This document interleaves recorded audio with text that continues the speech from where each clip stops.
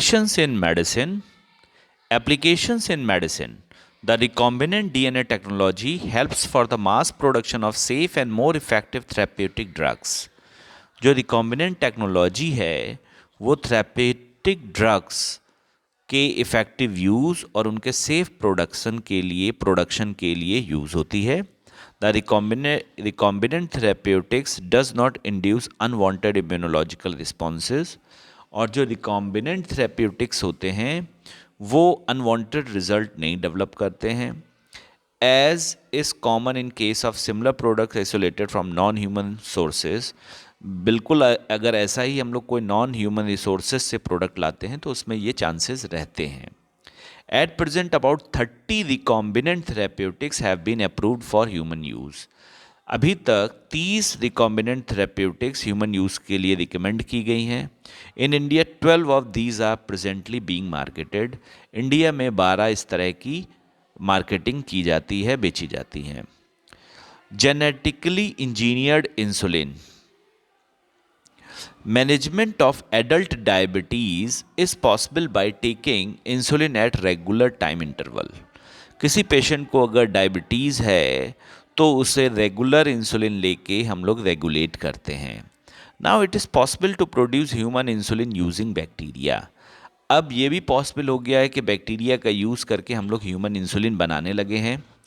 Insulin from the pancreas of animals, kettles and pigs causes allergy और other types of reactions to the foreign protein. पहले जो insulin लिया जाता था वो एनिमल्स के पेनक्रियाज से लिया जाता था जो एलर्जी और दूसरे रिएक्शंस डेवलप करता था. Insulin consist of 2 short polypeptide chain. Normally insulin में 2 शॉर्ट पॉलीपेप्टाइड चेन होती हैं, chain A and chain B, that are linked together by disulphide bridges. ये डाइसल्फाइड ब्रिजेस से लिंक होती हैं. In mammals insulin is synthesised as a pro hormone. Mammal में insulin एक pro hormone के रूप में डेवलप होती है या बनती है. Pro hormone contains an extra stretch called the C peptide. Pro hormone में एक एक्स्ट्रा स्ट्रेच होती है जिसे सी पेप्टाइड कहते हैं. This is removed during maturation into insulin. और जब ये इंसुलिन का मैचुरेशन होता है तो इसे रिमूव किया जाता है.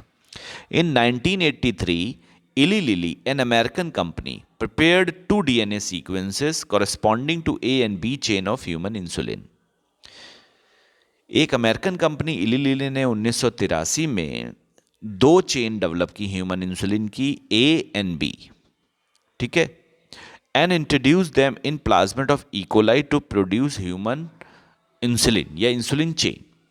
और इसे फिर इकोलाई प्लाज्मिड में ले गए और वहाँ पे इंसुलिन चेन डेवलप की. Chain A and B were produce separately. Chain A और चेन बी दोनों को अलग अलग बनाया गया, एक्सट्रैक्टेड फिर निकाला गया and combined by creating disulphide bonds to form human insulin. और फिर इन दोनों को डाइसल्फाइड बॉन्ड से जोड़ दिया गया ह्यूमन इंसुलिन का रूप देने के लिए. Next topic is gene therapy. It is a method to correct a gene defect diagnosed in a child or embryo. Gene therapy में हम लोग डिफेक्टिव जीन को करेक्ट करते हैं, सही करते हैं अगर किसी बच्चे में इसका पता चल जाता है. Genes are inserted into a person cells and tissue to treat a heredity diseases. ये जो पेरेंटल डिजीजेज होती हैं, जेनेटिकल डिजीजेज होती हैं, उन्हीं को सही करने के लिए हम लोग ऐसा करते हैं. It compensates for the non functional gene. ये नॉन फंक्शनल जीन को सही करता है. First clinical gene therapy was given in 1990 to a 4-year-old girl with adenosine deaminase deficiency. पहली बार जो जीन थेरेपी की गई वो 1990 में 4 साल की बच्ची पे किया गया जिसे एडा की डिफिशियंसी थी, एडेनोसिन डीएमिनेज की डिफिशियंसी थी. Disorder is cause due to the deletion of a gene for adenosine deaminase which is responsible for immune system function. यानी इस बच्चे में एक जीन की कमी थी जिसका नाम था एडेनोसिन डीएमिनेज. यह इम्यून सिस्टम के लिए रिस्पॉन्सिबल जीन होता है. This can be cured by bone marrow transplantation और बाय एंजाइम रिप्लेसमेंट थेरेपी. इसे हम लोग ने क्योर किया या किया जा सकता है बोन मैरो ट्रांसप्लांटेशन से या एंजाइम रिप्लेसमेंट थेरेपी से.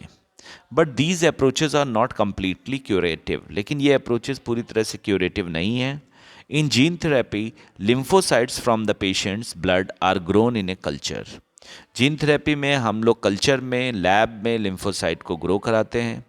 Then a functional ADAC DNA is introduced into these lymphocytes.